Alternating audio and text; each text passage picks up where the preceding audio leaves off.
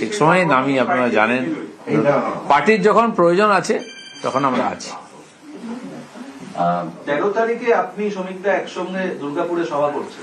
দুর্গাপুরের এমএলএ লক্ষণ ঘোড়াই কালকে এসেছিলেন, তিনি বলেছিলেন যে আমার ওখানে একটা সভা করতে হবে, তো মাননীয় শ্রমিকদা তাকে সময় দিয়েছেন, বললেন যে আপনিও থাকুন সঙ্গে, তো হয়তো আমি তার সঙ্গে থাকবো সেদিন।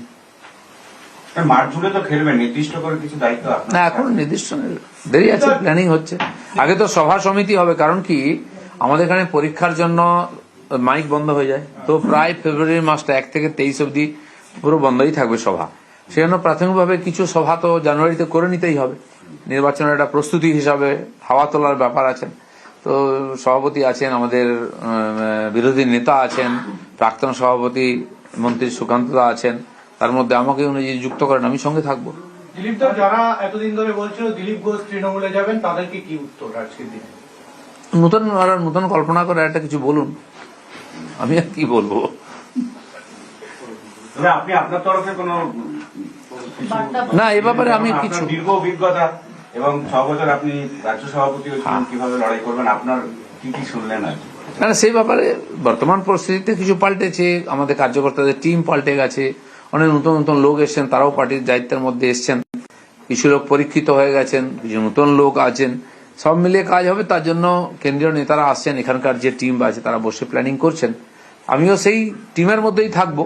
আর যখন যখন যেরকম কাজের গতি প্রগতি হবে আর আমাকে যা বলা হবে আমি সেটাই করবো, এটুকু বলছি। এছাড়া বিশেষ সেটাও পার্টি ঠিক করবে, যদি বলে আমি প্রার্থী হব, কারণ এর আগে 3 বার হয়েছে। নব্য এবং আদি নব্য দ্বন্দ্বে বিজেপি বিশ্বাস করে না, আজকেও আপনার মুখে আদি এবং নব্য দ্বন্দ্ব উঠে এলো। দ্বন্দ্বের প্রশ্ন নেই, পার্টি চলতে থাকলে লোক আসতে থাকবে, চলেও যায় কিছু কিছু লোক, এটা আমরা দেখছি। পশ্চিমবাংলা একটু কোথায় বেশি হয়, ইলেকশন এলে একটু এই ধরনের অদলা বদলি বেশি হয়, যেমন কিছুদিন আগে IPL এর টিম নতুন করে তৈরি হলো, মাইনাস প্লাস হয়, তো রাজনীতিও তাই হয়। সেই জন্য নতুন লোক এলে কি হয়, তাকে এই পার্টির কালচার শিখতে হয়, সংস্কৃতি, কার্যপদ্ধতি, তো প্রত্যেক পার্টির কিছু আলাদা থাকে, তাদেরকে সম্পৃক্ত করে এগোতে হয় ধীরে ধীরে। সেই জায়গায় কি কোন একটা দ্বন্দ্ব তৈরি হচ্ছিল? এই নতুন যারা এসেছেন তারা দিলীপ ঘোষকে বুঝতে একটু অসুবিধা হচ্ছিল? দ্বন্দ্ব আমার মনে হয় না সেরকম, পার্টি আমাকে বুঝলেই হলো, কে বুঝতে পারছে না পারছে কাউকে বোঝাবার দায়িত্ব আমার নাই, যে যেমন করে বোঝে, সব জিনিস তো একরকম বোঝে না সবাই। দিলীপদা, রণকৌশল তৈরির জন্য আমরা জানি যে প্রাক্তন সভাপতি হিসেবে রাহুল সিনহা, সুকান্ত মজুমদার তারা নিয়মিত পার্টি অফিসে আসেন, যে জায়গাটা কোন একটা কারণে গত কয়েক মাস আপনাকে এই রাজ্য দপ্তরের সেবায় দেখা যায়নি। পার্টি অফিসে এলেই রণকৌশল করে সবাই, এর নয়, চাও খাই কেউ কেউ। তা আমি তো, আপনারা জানেন যে আমি এই ধরনের মিটিং এ কম থাকি, আগেও থাকতাম, আমাদের টিম ছিল, তখন সুব্রত চ্যাটার্জি ছিলেন এর আগের ইলেকশন অবধি, তারা প্ল্যানিং করতেন, আমার সহায়তা থাকতো, আমার মতামত দিতেন। আমি মাঠে ঘাটে লড়াই করেছি, সাধারণ মানুষের মধ্যে গেছি, যেখানে বিজেপির কোনো ঝান্ডা ছিল না সেখানে গেছি, যেখানে বিজেপিকে ঢুকতে দেওয়া হতো না সেখানে গেছি, আর এইভাবে পার্টির বিস্তার হয়েছে। তো দুটোই চলবে, আমাদের পার্টির এখন অনেক অভিজ্ঞ নেতা আছেন যারা রণকৌশল তৈরি করতে পারেন, অনেকদিন রাজনীতি করছেন, তারা সবাই মিলে করবেন। এবং এখন পার্টি যে অবস্থা দাঁড়িয়ে আছে, কোন অবস্থা দাঁড়িয়ে আছে, মানে পার্টির অবস্থা আগে যে ফলেবর বেড়েছে, অনেক লোক বেড়েছে, হয়তো মাঝখানে রেজাল্ট কিছু, বিশেষ গত নির্বাচনে লোকসভাতে আমাদের রেজাল্ট ভালো হয়নি, 8টা সিট হারিয়েছি আমরা, সেজন্য অনেকে ভাবছি বিজেপি কি হয়ে গেল। বাকি পার্টিগুলো দেখুন না, মমতা ব্যানার্জি আজকে ক্ষমতায় আছেন, তিনি কত বছর ধরে লড়াই করতে করতে জিতেছেন, কোথায় ছিল তিনি? তখন বিরোধী দলের এতগুলো সিটই পাননি, ক্ষমতায় আছেন। তো হয় পরিস্থিতির কারণে, বিভিন্ন কারণে এখন সারা ভারতবর্ষে বিজেপি আছে, বিভিন্ন পরিস্থিতি জেতার অভিজ্ঞতা আছে, আর সেই কেন্দ্রীয় নেতারা এখানেও নির্বাচন পরিচালনা করবেন আমাদের সামনে থেকে, তো সেই জন্য লড়াইটা এবার একটু অন্য আঙ্গিকে হবে। যেভাবে শ্রমিক ভট্টাচার্য আপনাকে দুর্গাপুরের মিটিং এ যেতে বলেছে, শুভেন্দু অধিকারী যদি আপনাকে মিটিং এ ডাকে জনসভায়, আপনি যাবেন? সবাই থাকলে যাবো, উনিও আমাদের নেতা, সুকান্ত দা আছেন, বা তাদের ছাড়াও আমি একাধিক জায়গায় যাব, কারণ কি এই যে আমাদের 294টা সিট আছে, তো সব জায়গায় যদি সব মানুষের কাছে পৌঁছতে হয় তাহলে আমাদের সবাইকে যেতে হবে। এক জায়গায় 4 জন মিলে সভা করি তো আমরা কভার করতে পারবো না, আর সেই জন্য আমাদেরকে আলাদা আলাদাও সভা করতে হবে, একসঙ্গেও করতে হবে, সেটা আগামী দিনে বোঝা যাবে কি হবে। খালি 13 তারিখ নয়, তার আগে পরেও সভা করতে পারি আমরা একাধিকবার। আপনি বললেন যে দল যদি চায় তাহলে আপনি প্রার্থী হতে প্রস্তুত? আপনি তো খড়গপুরের প্রাক্তন বিধায়ক, যদি খড়গপুর আসনে আপনাকে দল বলে যে লড়াই করার জন্য, আপনি প্রস্তুত আছেন? খড়গপুরে আমি লড়েছি দুবার, আর দল আমাকে বলেছিল কোথায়, আমি চয়েস বলেছিলাম, জিতেছিলাম।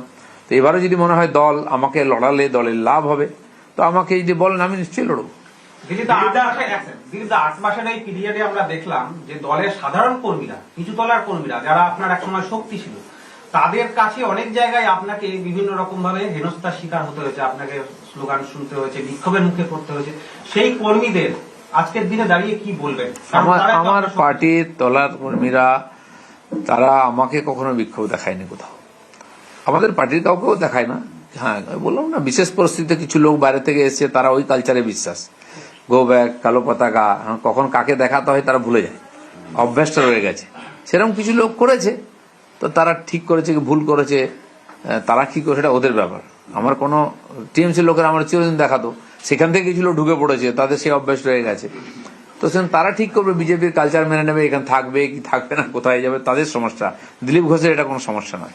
বাংলার বিজেপির রাজনীতিতে আপনাকে যদি আমরা আদি নেতা হিসেবে ধরি, তাহলে অনেক দল বদলে বাংলার বিজেপিতে শীর্ষ ক্ষমতায় থাকা নেতারা আজকের দিনে দাঁড়িয়ে নতুন করে তারা প্রমাণ করার চেষ্টা করছেন যে আমি বিজেপিরই লোক, আমি আপনাদেরই লোক। আমরা দেখুন, আদি অনন্ত বলে কিছু নাই।